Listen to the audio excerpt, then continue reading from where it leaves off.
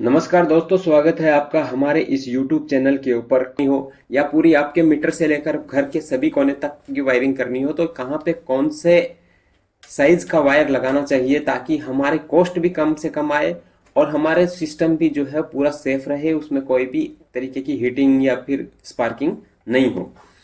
तो इसकी complete guide आपको आज मिलेगी। तो चलिए शुरू करते हैं।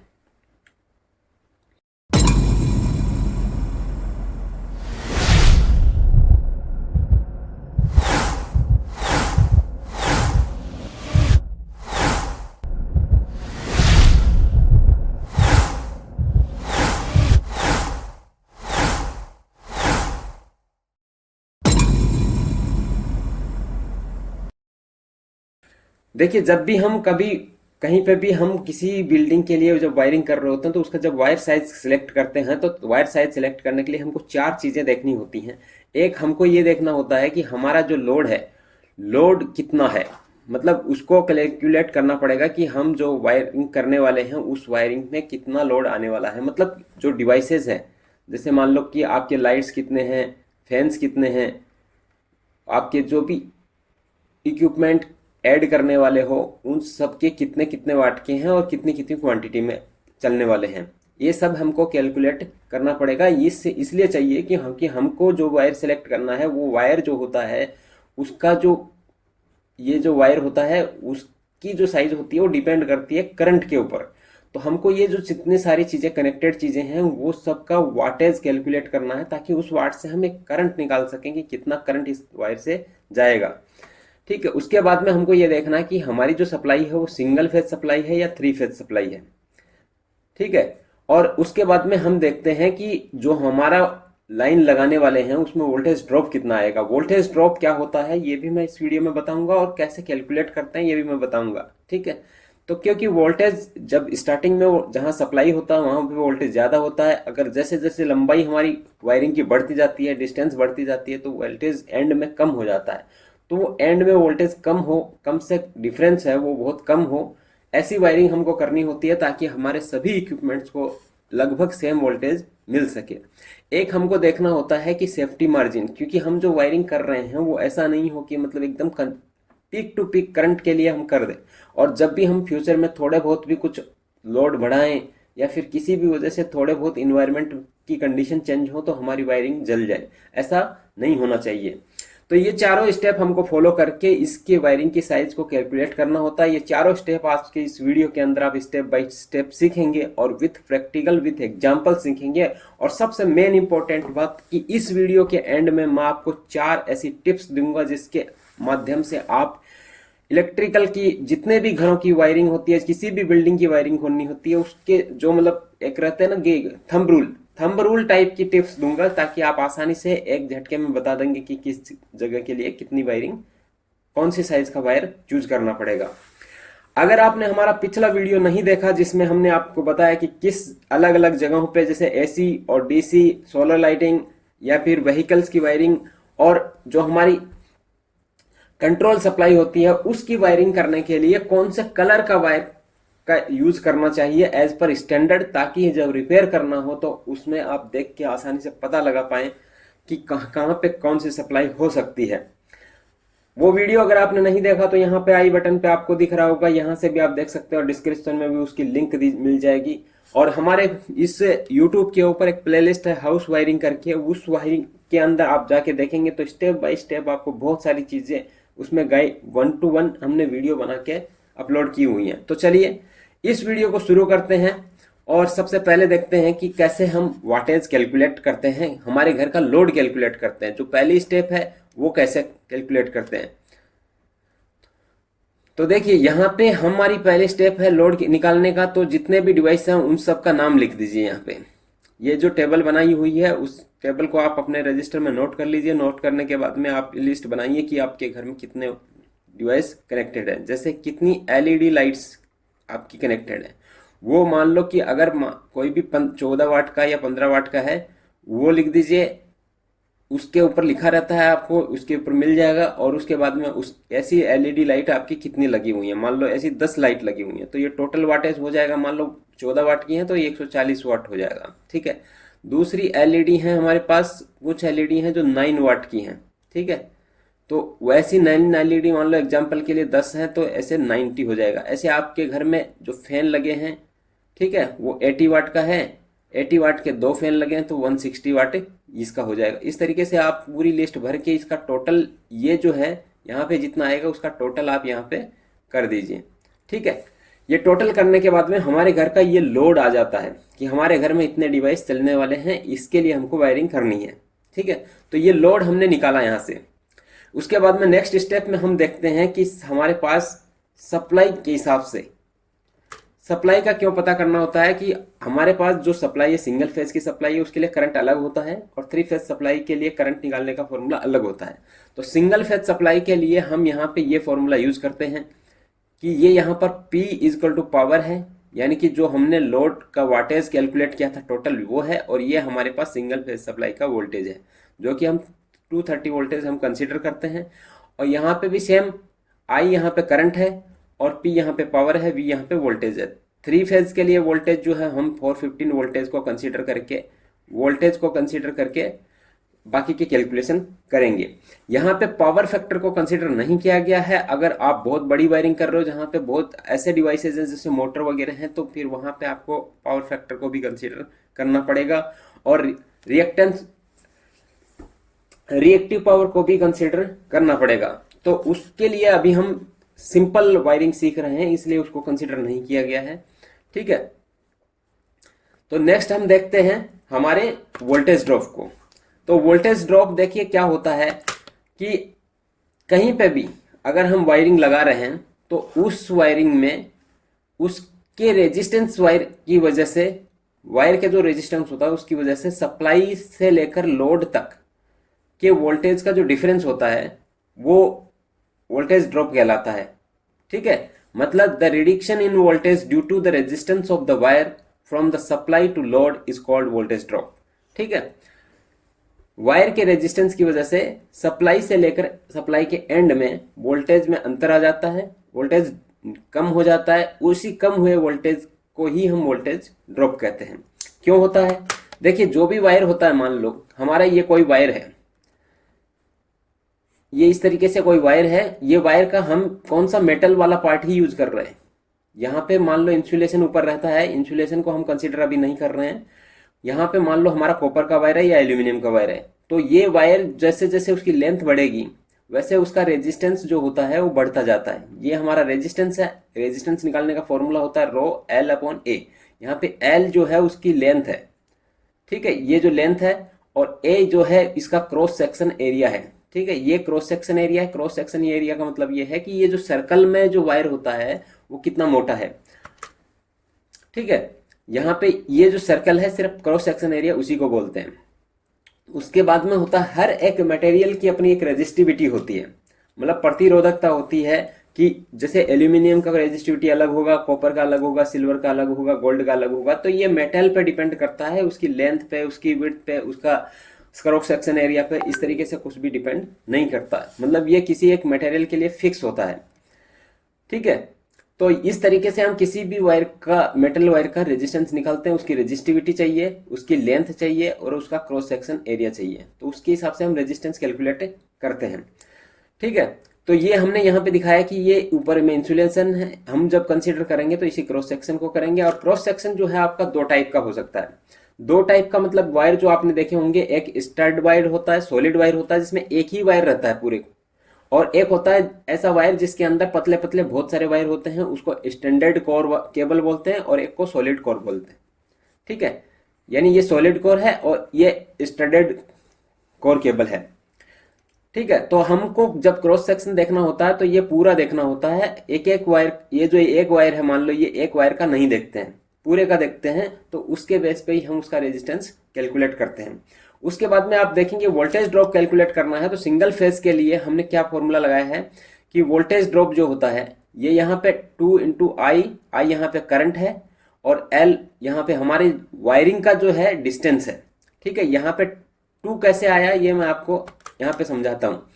देखिए ये हमारी सप्लाई है सिंगल फेज का, जो भी एसी सप्लाई है। उसके बाद में हमारे पास एक वायर है जो कि मान लो हमारे सोर्स से, जैसे मान लो ये बल्ब है, ठीक है, ये बल्ब को हमको चलाना है, तो यहाँ से हमारे पास सप्लाई है फेज, और ये फेज को हम कनेक्ट करते हैं इस बल्ब से। तो ये यहाँ ये पॉइंट से ये पॉइंट तक का एक वायर है, उसका कुछ रेजिस्टेंस होगा जिसको हम मैं R1 मानता हूँ, ठीक है, यहाँ पे मैंने R1 लिखा। उसके बाद में ये बल्ब आ गया, ठीक है, ये बल्ब हो गया यहाँ पे, और उसके बाद में यहाँ से न्यूट्रल से सप्लाई वापस आता है, ठीक है, न्यूट्रल से वायरिंग वापस आ गया। तो ये भी सेम डिस्टेंस है, क्योंकि जहां से हम सप्लाई ले रहे हैं, जहां पे हम बल्ब है, वहां के बीच की दूरी सेम है।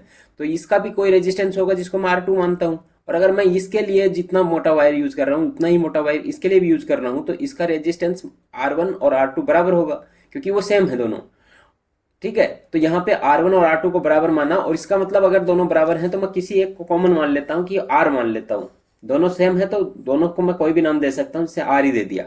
तो ये दोनों मिला के कितना हो जाएगा, एक इधर का R1 इधर का R2, यानी कि R1 और प्लस R2 ये दोनों मिला के हो गया 2R के बराबर। अगर ये भी R है ये भी R है तो 2R हो गया, ठीक है। इसलिए ये जो 2 आता है यहाँ पे, ये 2R है। उसके बाद में इस वायर से देखो, यहाँ पे जो करंट फ्लो होगा वही करंट यहाँ पे फ्लो होगा, तो इसके अंदर जो करंट जा रहा है उसको मैं I मानता हूँ। और ये जो वायर है इसकी लेंथ, लेंथ यहाँ पे मैं जो है L लेंथ मानता हूँ, मतलब लंबाई जो है हमारी डिस्टेंस है कि कितना दूरी तक जाएगा।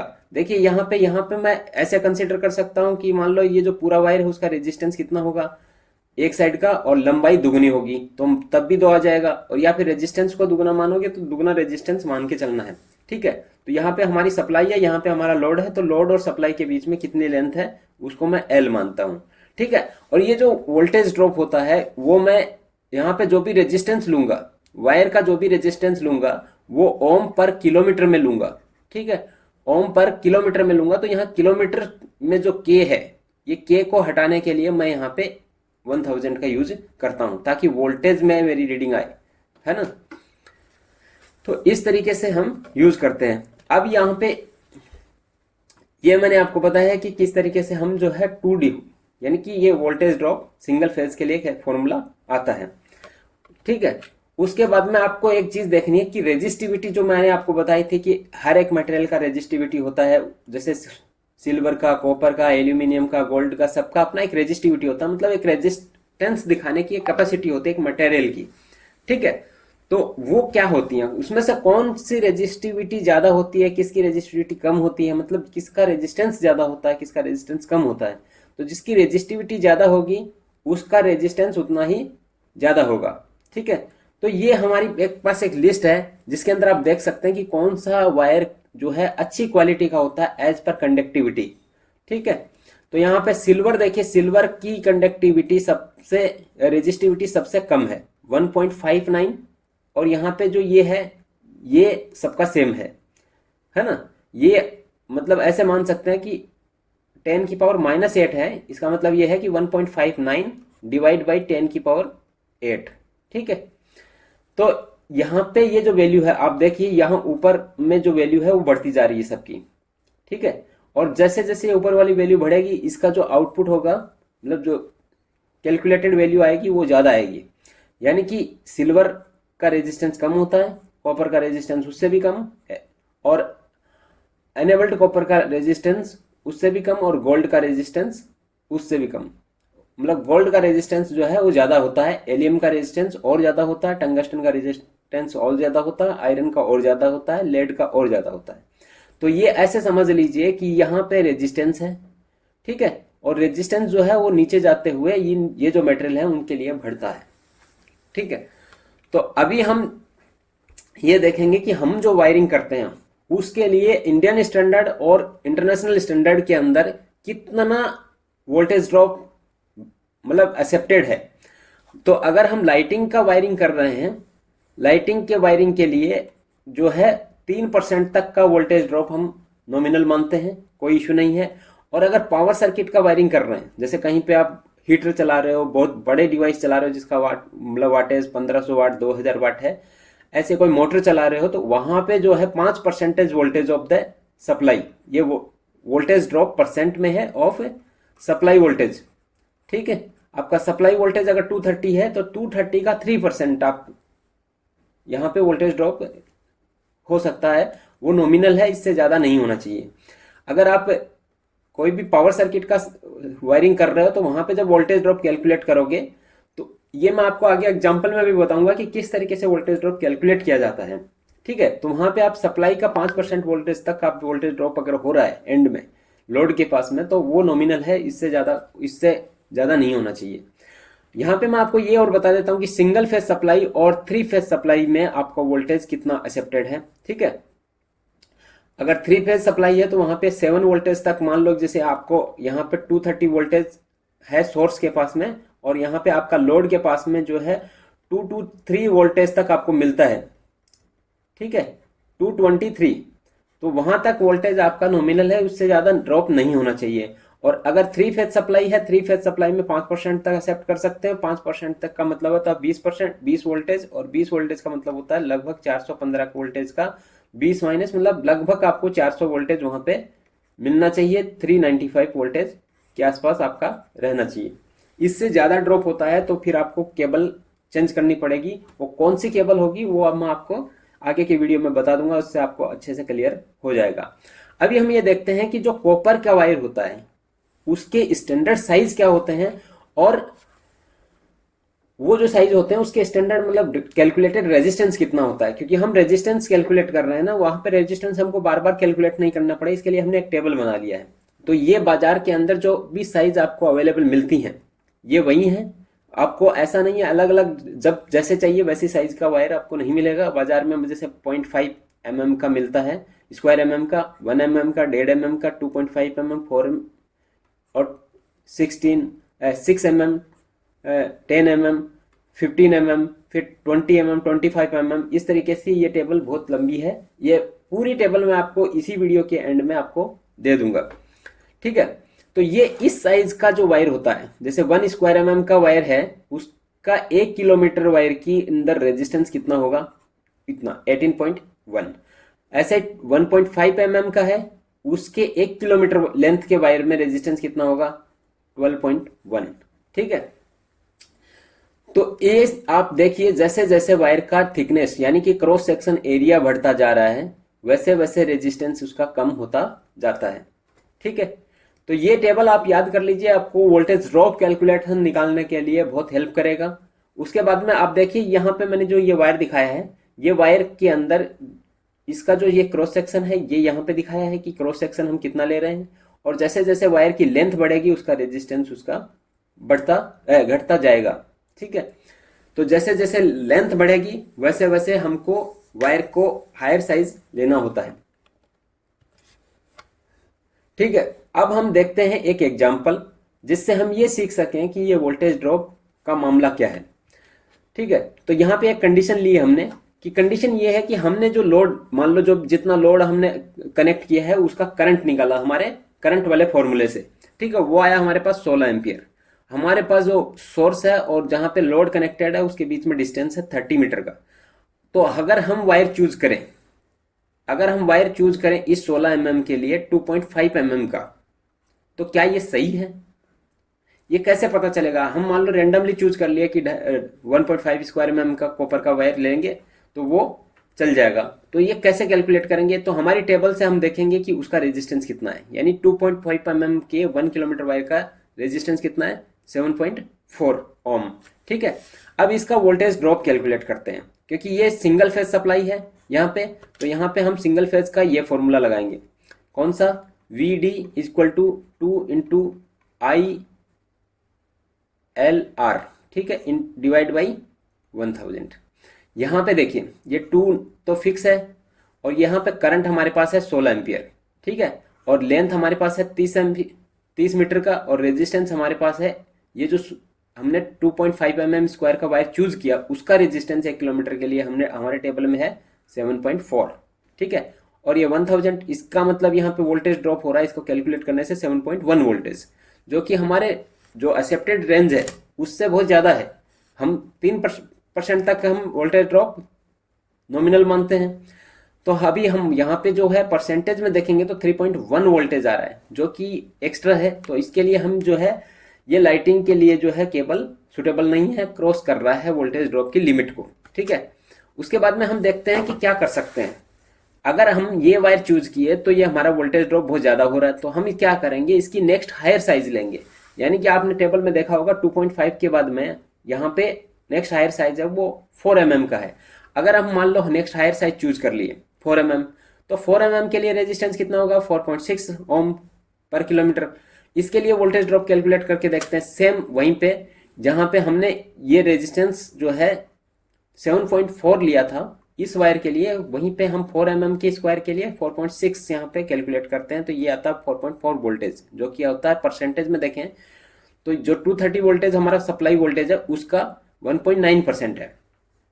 ठीक है, तो 1.9% मतलब 3% से नीचे है, तो ये हम एक्सेप्ट कर सकते हैं। इसका मतलब ये है कि हमने जो यहाँ पे 30 मीटर की लेंथ के लिए केबल लगाया 16 एम्पियर लोड के लिए 2.5 mm स्क्वायर का, वो हमारे पास सुटेबल नहीं है। इसके लिए हमको ये लोड के लिए हमको 4 mm स्क्वायर का केबल यूज करना पड़ेगा, क्योंकि उसमें वोल्टेज ड्रॉप ज़्यादा है, इसमें वोल्टेज ड्रॉप कम है। ठीक है, अब हम ये देखते हैं कि थंब रूल क्या है। मतलब एक होता है ना कि भाई लोड बताते ही पता चल जाए, या फिर कितना डिस्टेंस के लिए कौन सा वायर यूज करना पड़ेगा, तो इसके लिए हम एक थंब रूल बना के रखे हैं कि कैसे आपको पता चल जाएगा कि कितने करंट के लिए कौन सा लेना है। तो आपको 2 टेबल का यूज करना है, हमेशा 2 टेबल का यूज करना है। एक वो टेबल जिसमें मैंने आपको ये बताया है कि कौन सा जो है लेंथ के लिए कौन सा वायर यूज करना है। ठीक है, दूसरा ये होता है कि आप मतलब ऐसे मान के चलिए कि अगर आप कोई कैलकुलेट कर रहे हो, कोई कैलकुलेट कर कि करंट की रेंज से आपको पता लगा लिया कि ये वाला केबल सुटेबल रहेगा, तो आप ऐसे देखिए कि अगर आपकी जो लोड की डिस्टेंस है वो लगभग 20 मीटर तक है, तब आप अपना कैलकुलेटेड साइज यूज कर सकते हैं। अगर आपकी लेंथ बढ़ गई है 20 से 40 मीटर के बीच में है, तो आपने करंट के लिए जो लेंथ चूज किया था, करंट के लिए जो वायर का साइज चूज किया था, उसकी डिस्टेंस की वजह से वो जो साइज चूज किया आपने, उसके एक नेक्स्ट हायर साइज यूज कर लीजिए, उससे आपकी वायरिंग में कोई प्रॉब्लम नहीं होगी। अगर आपकी मतलब लेंथ 40 से 60 मीटर के बीच में है, तब आपने जो करंट की वजह से साइज कैलकुलेट किया है उसकी 2 स्टेप नेक्स्ट हायर साइज, मतलब जो टेबल में हमने स्टैंडर्ड साइज है वायर की, जैसे 1 के बाद में 1.5 है, 1.5 के बाद में 2.5 है, आपने कैलकुलेटेड जो किया करंट के बेस पे, वो यहाँ पे 1 स्क्वायर mm का आ रहा है। ठीक है, वो करंट के बेस पे है, आपके करंट के बेस पे। ठीक है, तो अगर लेंथ आपकी बढ़ रही है लेंथ, ठीक है, तो लेंथ के बेस पे अगर आपकी मान लो 50 मीटर लेंथ है, तो आप यहाँ पे 2 स्टेप आगे, फर्स्ट स्टेप ये, नेक्स्ट स्टेप ये, तो यहाँ वाला वायर आपको चूज करना पड़ेगा। समझ गए? यानी कि करंट के बेस पे हमने ये वायर चूज किया, उसके बाद में लेंथ के बेस पे हमको इसकी वायर की साइज यानी थिकनेस बढ़ानी है। तो वो कितनी बढ़ानी है, अगर आपकी 20 मीटर तक है तो उसी रेंज में यूज कर लीजिए, 40 मीटर तक है तो आपको नेक्स्ट 1 हायर साइज यूज करना है, और उसके बाद में 60 मीटर तक है तो आपको नेक्स्ट 2 हायर साइज यूज करना है। इसके बाद में हमारे पास 4 mm का वायर होता है। अगर आपकी लेंथ जो है 60 मीटर से भी ज़्यादा है तो आपको 4 mm या उससे भी ज़्यादा का वायर यूज करना पड़ेगा। ठीक है, इसको मैं और डिटेल में आपको लास्ट में समझाऊंगा। एक होता है करंट डेंसिटी। देखिए सभी जो वायर होते हैं उसकी करंट पास करने की एक कैपेसिटी होती है, उसी को हम बोलते हैं करंट डेंसिटी। ठीक है, और ये करंट डेंसिटी जो कॉपर के लिए होती है वो 1 स्क्वायर mm पर स्क्वायर mm के लिए लगभग 5 से 6 एम्पियर का करंट वो निकाल सकता है अपने क्रॉस सेक्शन से। ठीक है, ये यहाँ पे क्रॉस सेक्शन एरिया है, मतलब 1 स्क्वायर mm के लिए ये 5 से 6 एम्पियर का है। तो अगर हम नॉमिनल माने कि एक कॉपर का जो वायर होता है वो अप्रोक्सीमेट कितने एम्पियर का करंट सेफली झेल सकता है, तो हम मानते हैं कि 6 एम्पियर का करंट 1 स्क्वायर mm का वायर झेल सकता है। ठीक है, उसके बाद में अगर एल्यूमिनियम का देखें तो यही एल्यूमिनियम का वायर सेम थिकनेस के लिए लगभग 3 से 4 एम्पियर ही पास कर सकता है। उससे ज़्यादा कराएंगे तो उसके अंदर से बहुत हीटिंग होता है, वो ऊपर के इंसुलेशन को डैमेज कर सकता है। तो इसका एवरेज हम मान के चलते हैं कि मान लो 3.5 एम्पियर का जो है सेफली हैंडल करेगा। उसके बाद में हम ये देखते हैं कि ये जो लिया है हमने वो based on heating limit, insulation की सेफ्टी और उसकी लॉन्ग लाइफ को कंसिडर करते हुए देखा जाता है जो करंट डेंसिटी होता है वो। ठीक है, यहाँ पे करंट कैसे निकालेंगे कि अगर मान लो करंट डेंसिटी ये है तो करंट कैसे निकालेंगे। देखिए करंट का फॉर्मूला ये हो गया, अगर करंट डेंसिटी ये है ठीक है, इसको मैं यहाँ पे जे से रिप्रेजेंट कर रहा हूँ। ठीक है, तो ये हमारा पास करंट डेंसिटी है, ये हमारे पास करंट है और ये क्रॉस सेक्शन एरिया है। ठीक है, तो यहाँ पे J is equal to I into ad I divide by A. ठीक है, ए आई यहाँ पे करंट है, ए यहाँ पे क्रॉस सेक्शन एरिया है। तो इस क्रॉस सेक्शन एरिया से मुझे करंट निकालना है, तो करंट क्या करे हो जाएगा, I is equal to J into A. ठीक है, तो ये यहाँ पे फॉर्मूला हो गया, आई मतलब करंट, जे ए मतलब क्रॉस सेक्शन एरिया, और करंट डेंसिटी मतलब जो यहाँ पे करंट डेंसिटी ये फिक्स है, मतलब ये मतलब बेस्ड ऑन एक्सपीरियंस है, कैलकुलेटेड है लेब के द्वारा। ठीक है, तो इस तरीके से मैं किसी भी वायर के अंदर से कितना करंट जाएगा उसको निकाल सकता हूँ। उसके बाद में हम देखते हैं सेफ्टी मार्जिन। ठीक है, सेफ्टी मार्जिन का मतलब ये होता है कि आप जो भी वायरिंग कर रहे हो उसमें दो चीजें आपको देखनी है कि उसमें हीटिंग कितना हो सकता है और फ्यूचर में कितना लोड आ सकता है। ठीक है, तो उसके बेस पे हम अगर ये देखें तो हमारे प्रैक्टिकल लाइफ में क्या होता है कि अगर हम शॉर्ट लेंथ की वायरिंग यूज कर रहे हैं, या फिर वायर का टाइप कैसा है, मतलब ओपन इंस्टॉलेशन कर रहे हैं, मतलब कंड्यूट में कर रहे हैं, या फिर किसी अंडरग्राउंड वायरिंग कर रहे हैं, तो वो आपको कंसिडर करना है। हाई क्वालिटी के कॉपर का वायर का यूज करना है, 90 डिग्री सेल्सियस वाले इंसुलेशन का यूज करना है। इंसुलेशन की एक क्लास होती है, उसके अंदर उस क्लास के हिसाब से पता चलता है कि कौन सी क्लास का इंसुलेशन हो, कितना टेम्परेचर बियर कर सकता है। ये सबको देखते हुए हम ये मान के चलते हैं कि हमको कम से कम 25 से 30% का मार्जिन चाहिए करंट को कंसिडर करने के लिए। तो जब भी हम वायरिंग करेंगे तो हम वायरिंग करते टाइम पे क्या रखेंगे कि अगर हमारा कैलकुलेटेड करंट, मान लो कि ऐसे मान लीजिए हमारे पास 230 वाट का कोई डिवाइस है। ठीक है, और हमारी सप्लाई भी 230 वोल्टेज है, तो हमारे पास पावर क्या हो जाएगा, पावर हो जाएगा 230 वोल्ट। और करंट निकालना है तो करंट हम ऐसे लिखेंगे और इनटू वोल्टेज करेंगे, यानी कि 230 वोल्टेज, तो करंट हमारे पास आ जाएगा 230 डिवाइड बाई 230। ठीक है, यानी कि 1 एम्पियर। ऐसे जितने भी वायर हमारे वाटेज लिखा है उसमें से अगर वोल्टेज का डिवाइड करेंगे, यहाँ पे P है, यहाँ पे V है। ठीक है, जितना टोटल पावर है उसमें हम डिवाइड करेंगे वोल्ट से, जितना हमारा जो सप्लाई वोल्टेज है उससे, तो हमारे पास एक करंट आएगा। वो करंट अगर मान लो आपका 6 एम्पियर आ रहा है, तब आपको वायरिंग जो करनी है वो 30% एक्स्ट्रा के लिए करनी है। समझ गए, यानी कि आपको ये मान के चलना है कि इसमें 6 नहीं 8 एम्पियर का करंट जा सकता है। अभी जितनी वायरिंग करेंगे वो इस बात के बेसिस पर करेंगे कि हमको जो है 8 एम्पियर तक का करंट के लिए वायरिंग करनी है। ये सेफ्टी मार्जिन होता है, ये हमको चाहिए होता है, यानी कि हमको ये जो भी वायर बनाएंगे हम, या जो भी कंपनियां वायर बनाती हैं वो इसी बेसिस मार्जिन को रख माइंड में रख के बनाती हैं। ठीक है, तो ये चीज हम एल्यूमिनियम के लिए देखते हैं। ठीक है, ये हम देख रहे थे कि कॉपर के लिए कितना लेते हैं और ये एल्यूमिनियम के लिए कितना होगा। तो अगर सेफ्टी मार्जिन हम जैसे मान लो कि करंट डेंसिटी इसका इतना होता है 3.5 एम्पियर, अगर उसका 30% एक्स्ट्रा लेंगे तो ये 4.5 होता है। इसको हम दिमाग में ऐसे रख के चलेंगे कि ये 5 एम्पियर तक झेलना चाहिए। ठीक है, तो इन दोनों की टेबल बनाते हैं कि कॉपर के लिए करंट डेंसिटी के हिसाब से करंट की कैपेसिटी का टेबल बनाते हैं, जो वायर की स्टैंडर्ड साइज होती है उसके बेस पे, है ना। तो ये हमारे पास वायर की स्टैंडर्ड साइज है, ये हमारे पास वायर का यही है square mm cross section area, ये हमारी करंट डेंसिटी है, और ये हमारे पास 30% का सेफ्टी मार्जिन है। ठीक है, तो इसके बेस पे हम देखते हैं कि 8 एम्पियर तक का सेफ करंट होता है। करंट जब कंसीडर करेंगे तो 8 एम्पियर को कंसीडर करके चलना पड़ेगा। ठीक है, ऐसे ही अगर मान लो 1.5 mm है तो 1.5 mm के क्रॉस सेक्शन के लिए 6 करंट डेंसिटी वायर का यूज कर रहे हैं, तो उसके लिए 30% मार्जिन रखेंगे, तो ये इतना करंट तक ले पाएगा। यहाँ पे एक चीज आप देखिए, जैसे जैसे हमारी वायर की साइज बढ़ रही है, मतलब वायर जितना मोटा होता जा रहा है, हमको सेफ्टी मार्जिन की जरूरत कम पड़ रही है। ठीक है, या फिर 10 स्क्वायर mm के बाद में आपको सेफ्टी मार्जिन की जरूरत नहीं होती है, क्योंकि वहां पे हीटिंग जो है बहुत अच्छी हीटिंग मिल जाती है। ये डिपेंड करता है आपकी वायर की कंडीशन के अंदर भी, उसको भी मैं आपको बताऊंगी कहाँ पे कितना परसेंटेज का मार्जिन आपको लेके चलना चाहिए, या फिर कहीं पे कितना बेनिफिट मिल सकता है कि अगर आप मान लो आप वायरिंग कर रहे हो और ओपन एरिया में वायरिंग कर दो, सिंगल वायरिंग चल रहा है और ओपन एयर में चल रहा है, तो आपको क्या है ये सेफ्टी मार्जिन को भी कंसिडर करने की जरूरत नहीं पड़ेगी। वो भी मैं आपको इसी वीडियो के अंदर एक टेबल में बताऊंगा कि कैसी कंडीशन में आपको कितना सेफ्टी मार्जिन रखना है या फिर कितना एडवांटेज हो सकता है। तो ये एक सेफ करंट की एक रेंज है कि इतना करंट तक आपका ये जो है झेलेगा वायर, ठीक है। 2.5 mm का है जो 18 से 24 एम्पियर तक का करंट आपका ले सकता है, इसमें सेफ है, कोई इशू नहीं आएगा, ठीक है। अब यही सेम चीज हम एल्यूमिनियम के लिए देखते हैं।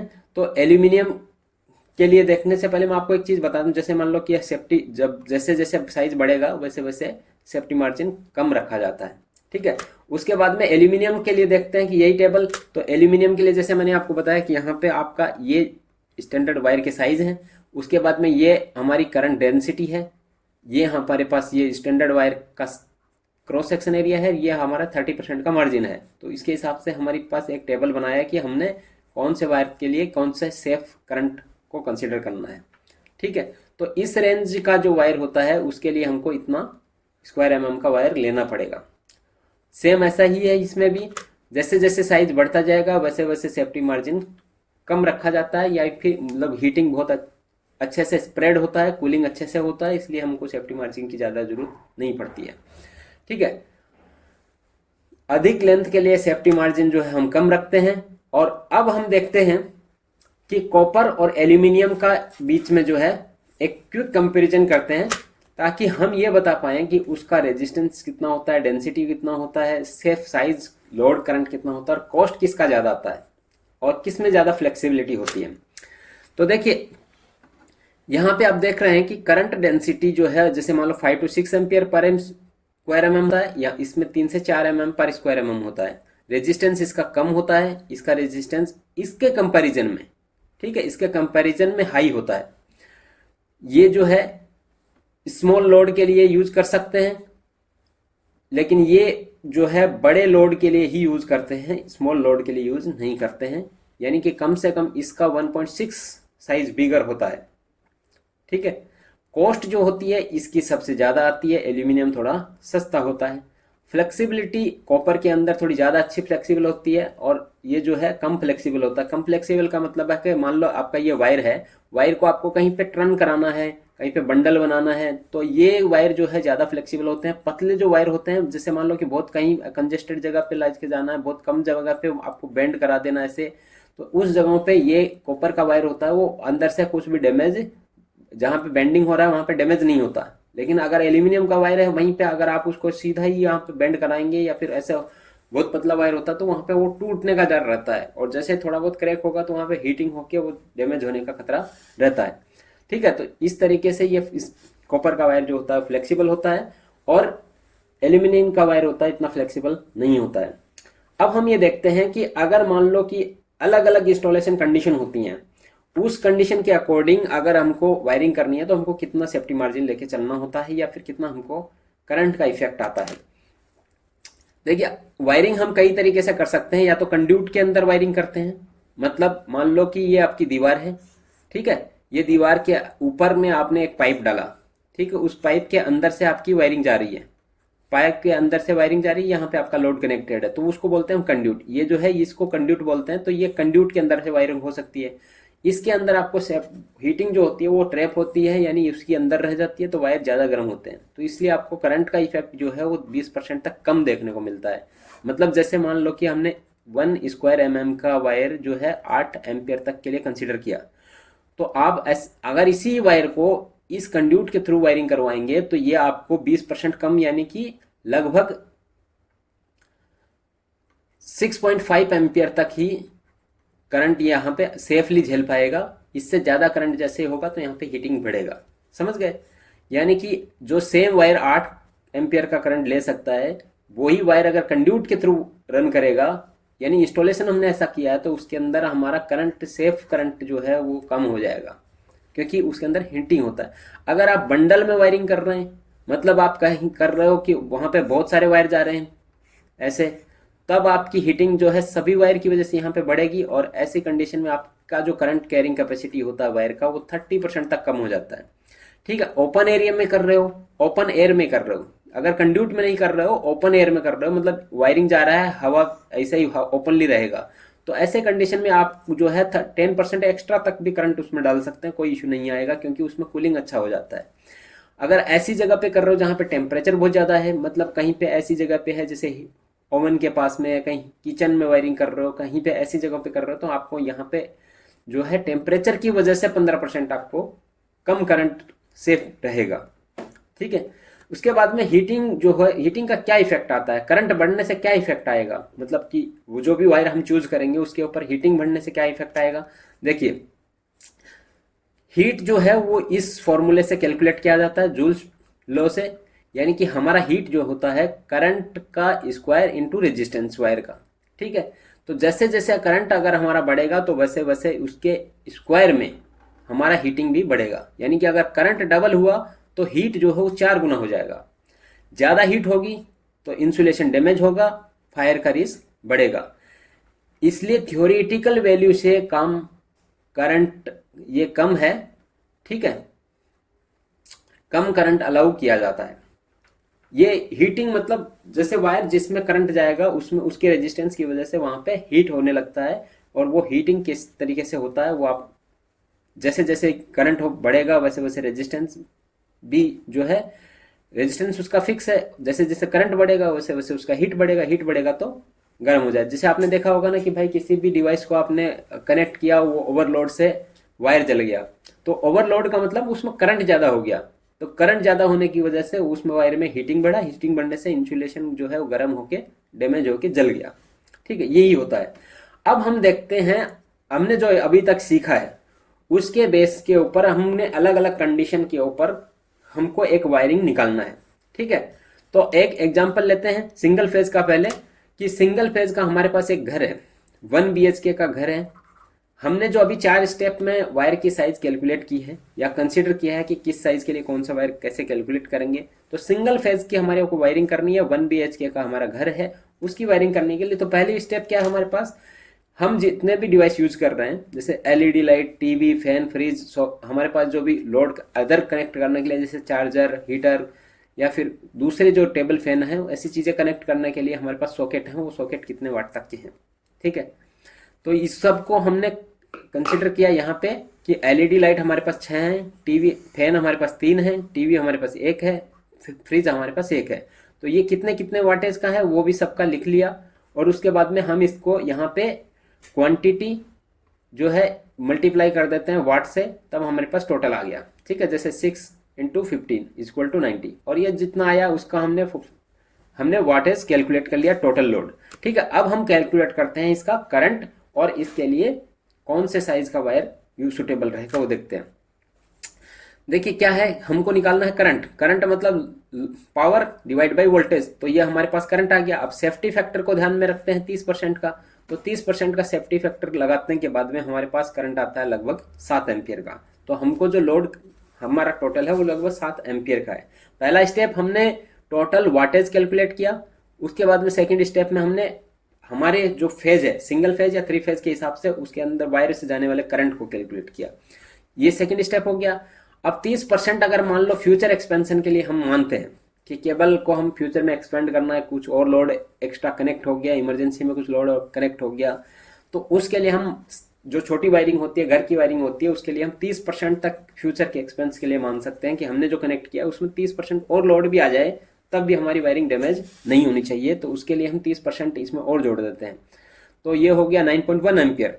अगर 9.1 एम्पियर के लिए अगर हम टेबल देखेंगे तो टेबल के हिसाब से हमारे पास जो है यहाँ पे ये 1.5 एम स्क्वायर को केबल लेना है, मतलब 9 एम्पियर लेना है, इससे ऊपर वाला केबल, तो यानी कि ये केबल को सिलेक्ट करना है। अब अगर हम मान लो कि 1.5 mm का वोल्ट केबल देखते हैं तो उसका जो वोल्टेज ड्रॉप होता है वो हमने देखा यहाँ पे कितना होगा, वोल्टेज ड्रॉप यानी कि उसका जो रेजिस्टेंस होता है वो 12.1 ओम का है। हमारे पास जो है डिस्टेंस हमने रखा है 20 मीटर का। ठीक है, जो वायरिंग है उसका 20 मीटर डिस्टेंस है, तो वोल्टेज ड्रॉप होगा 2 इंटू करंट इंटू हमारे पास रेजिस्टेंस हम जो वायर चूज किए उसका, और हमारे पास डिस्टेंस, ये सबको कैलकुलेट करने से हमारे पास वोल्टेज आया 4.4 वोल्टेज, जो कि 1.9% है हमारे सिंगल फेज सप्लाई का। तो ये 1.9% मतलब 3% से कम है, तो ये हमारी जो वायरिंग है वो परफेक्ट है अगर हम 1.5 स्क्वायर mm का वायर यूज करते हैं तो।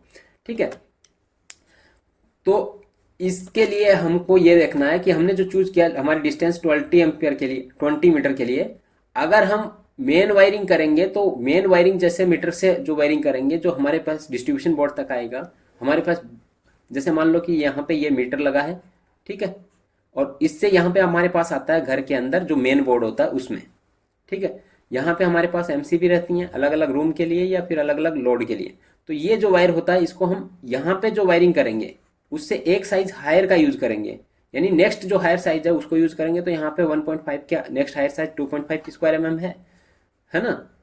तो ये यूज कर लेंगे इतना लेंथ के लिए, और इसके बाकी आगे वाले लेंथ के लिए हम 1.5 mm का स्क्वायर, जहाँ पे हमको मान लो कोई टीवी कनेक्ट करना है, कोई पे फैन यूज करना है, ठीक है, जो भी फैन यूज करना है उसके उसको अगर चलाना है तो इसके लिए हम 1.5 mm के स्क्वायर वायर यूज कर सकते हैं, कोई इशू नहीं आएगा। और जितने भी सॉकेट हैं मतलब जो हैवी लोड वाले जैसे हीटर के लिए, उसके लिए भी इस साइज से हम नेक्स्ट हायर साइज को कंसिडर करेंगे, क्योंकि उसमें एक साथ बड़ा लोड आता है, ठीक है। तो इस तरीके से हम जो है एक सिंगल फेज सप्लाई, जो एक घर के अंदर जो भी चीज़ें कनेक्ट होती हैं उसमें जो सॉकेट होते हैं, फैन होता है, टीवी होता है, उसके लिए कौन सा वायर का साइज सेलेक्ट करेंगे, उसके लिए हमने जो 4 स्टेप, पहले हमने पूरा वाटेज निकाला टोटल कितना है, सेकंड स्टेप में हमने करंट निकाला फेज के हिसाब से, थर्ड स्टेप में हमने वोल्टेज ड्रॉप कैलकुलेट किया, वो हमारी रेंज के अंदर रहना चाहिए, फोर्थ स्टेप के मुताबिक मतलब हमने ये देखा कि सेफ्टी मार्जिन कितना लेके चलना है, ठीक है। तो नेक्स्ट एक एग्जांपल देखते हैं सिंगल फेज का ही, किसी एक दुकान का या किसी एक ऑफिस का, और इस बार हम डिस्टेंस जो है वो 30 मीटर को कंसिडर करते हैं। हमारे पास मान लो जो पहले स्टेप होता है ना 1 to 1, मतलब एलईडी कितना है, ये कितना है, ये सब के हिसाब से हमने मान लो एक टेबल बनाया कि हमारे पास लाइटिंग में कितना लोड हो रहा है, ठीक है, उसमें 300 वाट का जा रहा है। हमारा एसी है 1.5 टन का, वो कितने वाट का है, 1800 वाट का। कंप्यूटर और प्रिंटर ये सब जो चीज़ें उसके पास में लगी हुई हैं वो हमारी टोटल हो जाती हैं 500 वाट। और हमारे पास एक साइन बोर्ड है, साइन बोर्ड मतलब आप जानते हो कि जैसे जो दुकान होती है उसके ऊपर एक एडवर्टाइजमेंट के लिए बोर्ड होता है कि ये इधर में हमारा ये दुकान है, इस दुकान का लोगो रहता है ऐसे। तो वो साइन बोर्ड हमारे पास 400 वाट का है, ठीक है। तो ये सारे वाटेज को हम टोटल कैलकुलेट करेंगे तो ये हो जाएगा 3000 किलोवाट, 3 किलोवाट है ना, 3000 वाट। अब हम देखते हैं कि 3000 वाट के हिसाब से इसके अंदर क्या कर सकते हैं। देखिए अगर मान लो हमारी ये टेबल को हमने कंसीडर करने के लिए, कैलकुलेशन निकालने के लिए हमने यहाँ पे रख लिया, ठीक है। अब यहाँ पे देखते हैं कि करंट जो है कितना होता है। अब यहाँ पे करंट कैलकुलेट किए तो हमारे पास आया 13.04 एम्पियर, क्योंकि सिंगल फेज है। अब 30% का सेफ्टी मार्जिन लेके चलते हैं तो हमारे पास करंट का रेंज हो जाता है लगभग 17 एम्पियर का, ठीक है। अब 17 एम्पियर का मतलब यहाँ पे है सेफ करंट, यहाँ पे 17 एम्पियर को कंसिडर करना है तो हमको यहाँ पे ये वाली जो रेंज है इसको लेना पड़ेगा। अगर इसको हम ले लेते हैं 2.5 एम्पियर का स्क्वायर एमएम का वायर हम कंसिडर कर रहे हैं। अब हमको ये देखना है कि क्या ये वायर सेफ है। सेफ के लिए हमको निकालना पड़ेगा इसका वोल्टेज ड्रॉप। अगर इसको कंसिडर कर लिए 2.5 स्क्वायर एमएम का केबल को कंसिडर कर लेते हैं तो हम वोल्टेज ड्रॉप कैलकुलेट करते हैं, ठीक है। इसका वोल्टेज ड्रॉप यहाँ पे देखिए 2 इंटू 17 हमारा करंट है, इसका रेजिस्टेंस 7.4 एमएम 4 ओम 7.4 ओम और 30 हमारा डिस्टेंस है। इसके बेस पे हम कैलकुलेट करते हैं तो 7.5% तक आता है इसका वोल्टेज ड्रॉप, ठीक है। जो वैल्यू आ रही है वो 7.5% है सिंगल फेज के वायरिंग के लिए 230 का। तो ये हमारा जो है 3% से बहुत ज़्यादा है, इसलिए हम ये चूज नहीं करेंगे। तो अब हम जाएंगे नेक्स्ट हायर साइज के लिए, है ना। करंट के लिए सही है लेकिन लेंथ की वजह से हमको जो है नेक्स्ट हायर साइज देखना पड़ेगा क्योंकि वोल्टेज ड्रॉप बहुत ज़्यादा हो रहा है। तो 4 mm स्क्वायर के लिए हम वायर को कंसिडर करते हैं। 4 mm वायर्स के लिए जो रेजिस्टेंस है वो हमारा 4.6 है। 2 इंटू 17 हमारा current into resistance into length, ठीक है। तो इसको कंसिडर करते हैं तो 4.7 वोल्टेज आता है जो कि 2% ऑफ सिंगल फेज सप्लाई है, जो कि हमारे पास 3% से जो कि अलाउबल है, मतलब कोई इशू नहीं आएगा उसमें, ऐसी रेंज में है, ठीक है। तो इसका मतलब ये है कि हमको जो है यहाँ पे जो वायरिंग यूज करनी है वो 4 स्क्वायर एमएम का यूज करना है। लेकिन 4 mm स्क्वायर हमारे टोटल लोड के लिए है तो हम जितना मेन वायर है वो 4 mm के लिए यूज करेंगे, और हमारे पास जितने लाइटिंग का वायर है, जिस यहाँ पे लाइटिंग का काम करना है तो वहां पे 1.5 स्क्वायर mm का वायर यूज कर सकते हैं, ठीक है। क्योंकि ये 300 वाट का ही है और हमारे पास मेन बोर्ड जैसे मान लो डिस्ट्रीब्यूशन होगा कि अगर मान लो कि हमारा ये मीटर है, मीटर से यहाँ पे मेन बोर्ड में आया, मेन बोर्ड से यहाँ पे एक एमसीबी जा रहा है लाइटिंग के लिए, एक एमसीबी जा रहा है हमारे पास एसी के लिए, और एक एमसीबी जा रहा है हमारे पास कंप्यूटर प्रिंटर के लिए, और एक हमारे पास साइन बोर्ड के लिए। तो ये जो लाइटिंग वाला वायर है वहाँ पे 1.5 mm स्क्वायर का यूज़ कर सकते हैं, और जो हमारा पास एसी का वायर है उसकी जगह पे हम इसकी नेक्स्ट हायर साइज यूज़ कर सकते हैं। लेकिन यहाँ पे आपको मेन वायर जो है 4 स्क्वायर mm का यूज करना पड़ेगा। ठीक है, तो इस तरीके से हम जो है वायर का साइज देखते हैं। हमने चारों स्टेप लगा दिए। पहला स्टेप मतलब पूरा टोटल वाटेज कैलकुलेट किया, सेकंड स्टेप में करंट कैलकुलेट किया, थर्ड स्टेप में हमने देखा कि हमारे पास ये 30% का सेफ्टी मार्जिन लेके फोर्थ स्टेप में जो देखते हैं, और थर्ड स्टेप के अंदर वोल्टेज ड्रॉप इसको कंसिडर किया। तो वोल्टेज ड्रॉप के हिसाब से हमारे पास केबल जिस जगह पे आता है उस केबल को हम चूज करेंगे ताकि हमारा जो है वर्क है वो सेफली एग्जीक्यूट हो। ठीक है, उसके बाद में हम देखते हैं तीसरा एक एग्जांपल, जहां पे हम एक मल्टी स्टोरेज बिल्डिंग है, कोई रेजिडेंशियल बिल्डिंग है 4 फ्लोर की, जिसमें लिफ्ट भी है, उसमें पार्किंग भी है।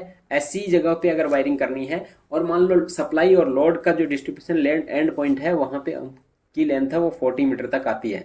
तो ऐसे केस में हम मान लो कि उसका 1 to 1 नहीं निकालेंगे लोड, उसकी एक अलग टेबल बनाएंगे। मान लो कि हमारे पास फ्लैट है, जो एक फ्लैट है, टोटल फ्लैट्स हैं 4 फ्लोर का है, तो 4 फ्लैट हैं, 4 फ्लैट के लिए हमारे पास जो लोड आ रहा है वो 9 किलोवाट का है। ठीक है, हमारे पास उस बिल्डिंग के अंदर एक लिफ्ट है, उसका टोटल लोड आता है 7.5 किलोवाट का। हमारे पास पार्किंग है और पंप्स हैं, मतलब पानी निकालने के लिए, पार्किंग का पानी निकालने के लिए, वो सब हमारे पास मिल के आता है 3 किलोवाट का। तो ये सब मिला के हो जाता है 19.5 का। अगर आप फ्लैट वाइज वायरिंग कर रहे हो तो जो पहली स्टेप आपको बताई थी कि किसी घर का वायरिंग करने वाला, वहां से आपको डीपली देखना है। तो ये मेन वायरिंग के लिए मैं यहाँ पे सिर्फ कंसिडर कर रहा हूँ। अगर मान लो इसके अंदर का वायरिंग है, फ्लैट के अंदर का वायरिंग करना है, तो उसके लिए जो पहला एग्जांपल दिया था उसको कंसिडर करके चलना है। ठीक है, तो ये मान लो कि सभी फ्लैट का हमारे पास टोटल लोड आ गया, लिफ्ट एक कॉमन है उसका लोड है, और हमारे पास पार्किंग एरिया कॉमन है उसका लोड है, तो टोटल लोड मान लो हमारे पास 19.5 किलोवाट का आता है। तो इसके लिए हम वही टेबल को ले लेते हैं ताकि हम ये देख पाएं कि हम करंट निकालेंगे तो वो कौन सी वायर के लिए सुटेबल है। अगर हम यहाँ पे करंट निकालते हैं, ठीक है, और ये 3 फेज सप्लाई को कंसिडर कर रहे हैं इस बार हम, तो 3 फेज सप्लाई के लिए हमारा जो करंट है का फॉर्मूला ये होता है, यानी कि P divide by √2 into voltage. ठीक है, तो इसके अंदर हम वैल्यू रखेंगे, पावर हमारे पास ये है, ये जो है हमारा पास पावर है, और हमारे पास वोल्टेज जो है ये हम कंसिडर करते हैं 3 फेज के लिए, तो ये हमारे पास करंट आ गया। सेफ्टी मार्जिन को लेके चलेंगे 30% का, तो ये हमारे पास टोटल लोड हमको कंसिडर करके चलना है। ये जो करंट है, ये करंट हमारे पास 37 एम्पियर है, वो लगभग इस रेंज के अंदर आता है। ठीक है, अगर इस रेंज का वायर हम यूज कर ले तो क्या होगा, क्या ये सुटेबल है? तो इसके लिए हम देखते हैं वोल्टेज ड्रॉप। अब 37 वोल्टेज के करंट के लिए हम वोल्टेज ड्रॉप कैलकुलेट करते हैं, जो कि आता है 7.95% का, जो कि सुटेबल नहीं है। कौन सी लेंथ के लिए? 40 मीटर लेंथ के लिए। तो हम क्या करते हैं, इसका नेक्स्ट जो हायर साइज है उसको यूज करते हैं। किसके लिए? लेंथ के हिसाब से कैलकुलेट करने के। तो वोल्टेज ड्रॉप कैलकुलेशन करते हैं तो वो 4.6 वोल्टेज, जो कि 1.1% है हमारे पास 414 वोल्टेज का। ठीक है, तो ये 1.11% मतलब 5% से कम है। तो 5% से कम है तो हम कंसिडर कर सकते हैं इसको। तो इसका मतलब ये है कि ये जो वायरिंग होगी, इसकी मेन वायरिंग को हमको करना पड़ेगा 10 स्क्वायर mm में। और अगर अंदर की वायरिंग करनी है, जैसे एक फ्लैट के अंदर की वायरिंग करनी है, तो ये फ्लैट के अंदर की वायरिंग इसके बेस पे कैलकुलेट करेंगे। लिफ्ट की वायरिंग जो है इसके ऊपर कैलकुलेट करेंगे, और पंप की वायरिंग को हम इसके ऊपर कैलकुलेट करेंगे। तब हमारे पास मेन वायरिंग का साइज आया है।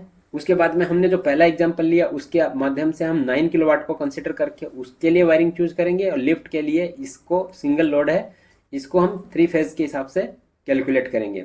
तब हमारे पास 1 to 1 मतलब कि जैसे मान लो कि ये मैंने आपको बताया कि यहाँ पे ये मेन बोर्ड है, यहाँ पे हमारे पास 3 फेज सप्लाई आ रहा है RYB। तो यहाँ पे एक वायर का साइज है, और यहाँ पे तीनों वायर को सेम साइज रखना है।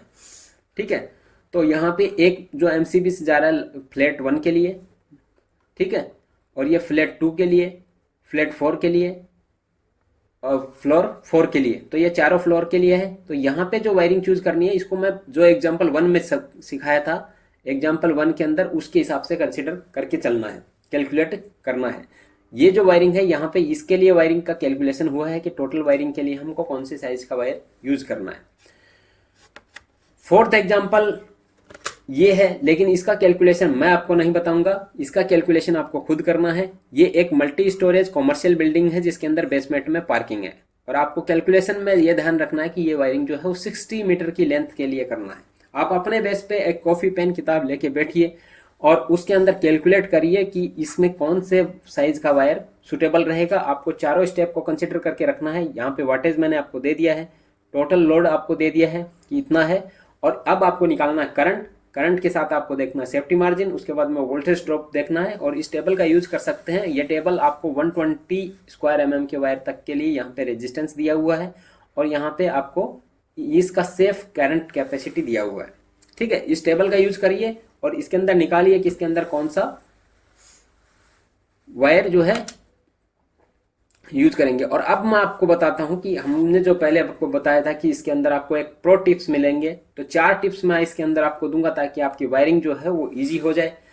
तो पहली टिप ये है कि आप जब भी वायरिंग करें तो पहला आप निकालते हैं करंट के बेस पे, वायर की साइज निकालते हैं करंट के बेस पे। अगर 8 एम्पियर तक करंट है तो 1 स्क्वायर mm यूज करते हैं।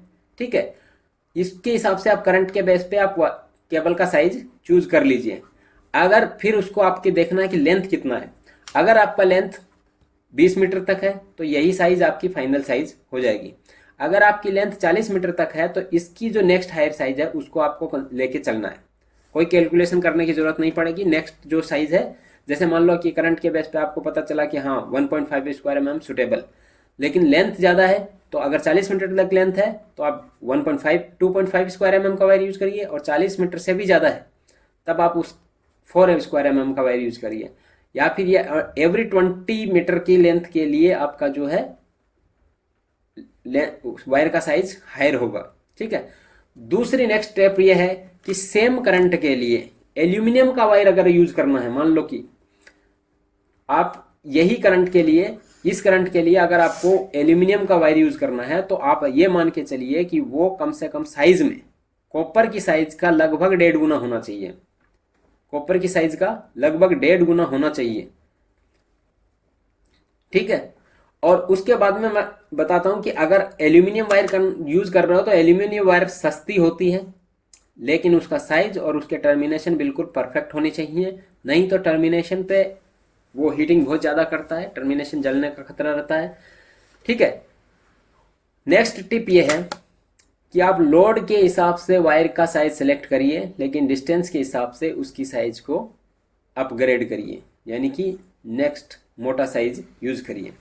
उम्मीद करता हूं कि आज के ये जो वीडियो का हमारा टॉपिक था कि किस तरीके से हम किसी भी जगह के लिए वायर का साइज सेलेक्ट कर सकते हैं, तो वो चीज़ आपको समझ में आई होगी। अगर समझ में आई है तो हमारे इस यूट्यूब चैनल को सब्सक्राइब करके रख लीजिए। ऐसे ही और वीडियो को टाइम पे नोटिफिकेशन पाने के लिए लगभग डेली या फिर लगभग एक दिन छोड़ के एक दिन हम इसके ऊपर एक ऐसे ही टॉपिक पे वीडियो डालते रहते हैं। अगर वो वीडियो आप देखेंगे तो आपका नॉलेज में इजाफा होगा। यहाँ से भी आप चैनल को सब्सक्राइब कर सकते हैं, और यहाँ पे आपको नेक्स्ट वीडियो के लिए सजेशन दिया गया है, आप ये भी देख सकते हैं। हमारा लास्ट जो वीडियो था उसको आप देख सकते हैं। हमारी प्लेलिस्ट का जो लिस्ट है वो आपको डिस्क्रिप्शन में उसका लिंक मिल जाएगा, वहाँ से भी आप देख सकते हैं। और हमारे यूट्यूब चैनल पे जब विजिट करेंगे तो वहाँ पे भी जो प्लेलिस्ट है, प्लेलिस्ट में आप हाउस वायरिंग का प्लेलिस्ट देख सकते हैं। उसमें आपको हाउस वायरिंग से रिलेटेड सभी कंसेप्ट को क्लियर किया गया है। धन्यवाद।